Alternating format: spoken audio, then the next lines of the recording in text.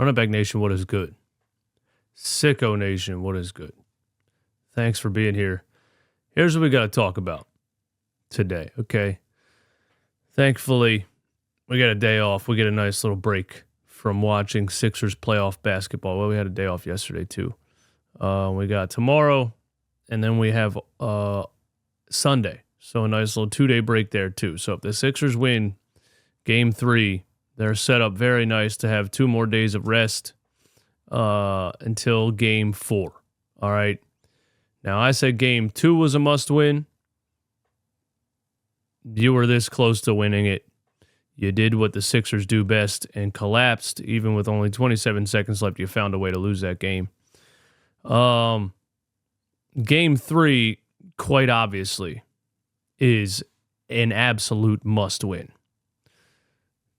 2-0 deficit, you don't have a great chance of coming back, but it's been done. It's done pretty much at least once every season. 3-0 deficit, not so much. All right. As a matter of fact, only 33 teams in the history of the league have come back from a 0-2 deficit in a playoff series to win the series. 92.7% of teams that are up 2-0 win the series. 7.3% of teams that are down 0-2 come back to win the series. So the odds are stacked against us, you could say. But here's all the teams that have done it. The last time it happened was the 2023 Warriors. They came back from an 0-2 deficit versus the Kings. 2022 Mavs, 2021 Bucks, Clippers. Holy hell, it happened. The Bucks recovered from an 0-2 deficit versus the Suns. The Clippers recovered from an 0-2 deficit versus the Jazz. The Bucks recovered from an 0-2 deficit versus the Nets. The Clippers. That happened a lot in 2021. Was that the bubble year, though? No, that was a year after the bubble year. 2019 Raptors were down 0-2 to the Bucks, and they won the NBA championship over and taking out the Philadelphia 76ers in the second round. But anyway, 33 times. So, yeah, the odds are definitely stacked against us. If you lose tomorrow, here you go. Since the NBA playoffs began, 150 teams have faced a 3-0 deficit. 15 of them have won 2 games. 4 of them have won 3 straight games to force a Game 7. None have come back to win the series. So, if you lose tomorrow, the Philadelphia 76ers would have to be the first team in NBA history to overcome a 3-0 deficit. So tomorrow's a must-win, pretty obviously. Now, let's talk about the main issue here. Lineups. I know players play. I know players got to perform. But the coach is in charge of making changes when things are not working. Now, we could start up. First of all, Tyrese Maxey's averaging 34 points per game so far. He won Most Improved Player of the Year. He's absolutely being a stud right now, leading the team in scoring. With Joel Embiid, at 60, 70%, Tyrese Maxey is the leading scorer on this team, and we could not be happier about that. Shout out to the young kid, and he's only going to get better, and everybody that said he can't do it in the playoffs can S my D. We can start up here with Tobias Harris, okay? He's playing 36 minutes per game. He's averaging 8.5 points per game on 38% from the field. Now, we've been saying all season long, a lot of y'all in the comments, shout out to you, have legitimately predicted it looks good, but we will fall short because the Sixers continue to force Tobias Harris onto the floor. Although against the Miami Heat in the play-in tournament, 1-game playoff, got to win that game, Tobias Harris didn't come back at the end of the game in the fourth quarter. So Nurse said, this is a must-win. I got to do what I got to do here. First 2 games. So we go into the Knicks series thinking then, okay, Nurse is going to do the right thing. If Tobias is playing like trash, he's going to put him on the bench, and he's going to try something else. Nick, Tobias is playing like trash. Did he put him on the bench? Did he try something else? No, actually, game 2, third quarter, Joel to the bench, Tyrese Maxey getting double teamed and being too passive, in my opinion. We ran the game through Tobias Harris, and he went 0 for 3 in the third quarter.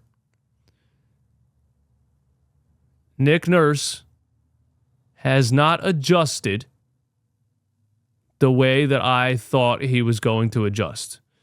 I think he's a better coach than Doc Rivers. I think his X's and O's are way better. I think his counters as far as strategy that he's going to use as far as switching to a zone or going to a triangle offense to break a zone is much more advanced than Doc Rivers. But as far as setting a lineup in the playoffs and refusing to change it whatsoever, no matter what happens, Doc Rivers clone, bro. Same exact fucking guy. And that's exactly what Toronto Raptors fans told us. That's exactly what Toronto Raptors fans told us. You're witnessing it right now. So Tobias Harris is stinking up the joint. Get him out of here. Who do you replace him with? Maybe a young guy that has a little bit more fire. Maybe a young guy that can attack the rim a little better. Maybe a young guy that plays the game a lot more physically, can actually draw fouls, can actually finish through contact at the rim, is going to give you 100% effort, is going to dive on the floor, is going to fight for rebounds. You know, you see that last play by Hartenstein. You see how hard he fought for that offensive rebound to seal that victory. When's the last time you saw a Sixers player crash the glass like that? With reckless abandon. I'm getting this ball. Somebody's going to have to punch me in the fucking face to stop me from getting this rebound. Those are the kind of players you need on the floor. Not these puppy dogs, man. And if we go into this game and he does the same thing with Tobias Harris and the guy stinks up the joint and you're relying on him in the third quarter to do something and he does nothing and he doesn't change it and we go down 0-3, the series is on Nick Nurse. And at that point, if you took over this team and you talked all the shit you were talking about winning and everything and you lose in the first round, wow. You really going to outdo Doc Rivers, Nick? You really going to outdo Doc Rivers and Brett Brown, Nick? Wow. Buddy Hield, 13 minutes per game, 1 point per game, 20% from the field. Absolutely, unbelievably atrocious. Only the Philadelphia 76ers could trade for the best three-point shooter in the game. Highest three-point percentage in the NBA on the most attempts per game in the last 3 seasons. Higher than Steph Curry or any other three-point shooter. Isaiah Joe, Klay Thompson, anybody. Crazy that I just put Isaiah Joe in there. He's been awful. Get him out of here. Enough is enough, bro. Why did he even make it to the end of game 1? Why'd you bring him back in game 2? Who do you play? Oh, I don't know. A guard that can shoot the three that has a lot more dribble creation, has a lot more confidence on the offensive end, and can get to the rim and can finish off the glass and can create some things and can make some plays happen? Cameron Payne? Where's Cameron Payne at, Nick? What the fuck is your obsession with Buddy Hield? He stinks. Enough is enough. We overrated him. The trade was terrible. Get him out of here. Kelly Oubre, I'm not giving up on yet. He's had 2 bad games against the Knicks. I don't know what happened. He started going to the rim and laying the ball up like Tobias Harris, soft as a puppy dog. Kelly Oubre needs to find that fire. He needs to get that fire back in him, man. Kelly Oubre needs to get that fire back in him. He needs to start playing like the dog that he played like all season. I expect him to do that in game 3. I'm not giving up on Kelly yet. But he's been playing soft. Paul Reed, 10 minutes per game, 3 points per game, 75% from the field. I don't know what to say about that, really. You don't expect Paul Reed to score. You just want Paul Reed to be in there for energy and fight for offensive rebounds. Again, reporters asked Nick Nurse again, are you going to run a Joel Embiid, Paul Reed lineup? And he says that's a possibility, and he doesn't do it. End of a game.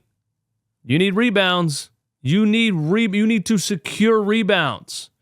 Nicholas Batum was the one that didn't box out Hartenstein to lose that game. If Paul Reed's in there, he's at least crashing the glass. So how about fourth quarter? You've been getting mauled on the rebounds 2 games in a row. We knew that was going to happen. So how about in the fourth quarter you put a lineup out there that can actually get a board? Because if Paul Reed's out there in that final lineup instead of Nicholas Batum, the Sixers win the game. Kyle Lowry, 36 minutes per game, 13 points per game, 46% from the field. How pathetic is your supporting cast in these playoffs if the 38-year-old point guard that you got in the buyout market after the trade deadline is your third leading scorer behind Tyrese Maxey and Joel Embiid? Nicholas Batum, 29 minutes per game, 4.5 points, 33% from the field. Hasn't been great. I thought he'd be a lot better for us. He helped us break the zone and helped us, take over the fourth quarter and beat the Miami Heat in the play-in game. I said, I think I said on my post game or a video the next day, if you're relying on Nicholas Batum to do that every game, you're screwed. Duh. So there's that. But yeah, the Sixers role players have been terrible, and what needs to happen for the Sixers to win Game 3 and turn this series around is Nick Nurse needs to make lineup adjustments. I have seen absolutely 0 lineup adjustments from Nick Nurse in this series so far, and it's killing the 76ers.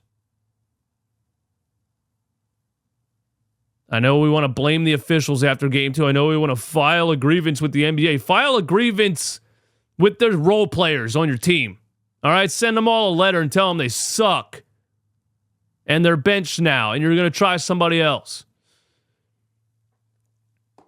Nick Nurse needs to make these adjustments, man, because tomorrow night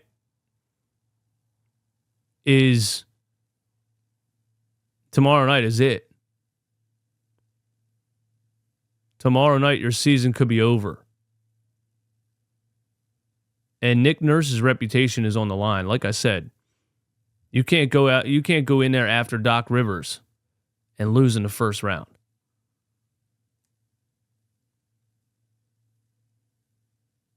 I'll see you guys soon, man.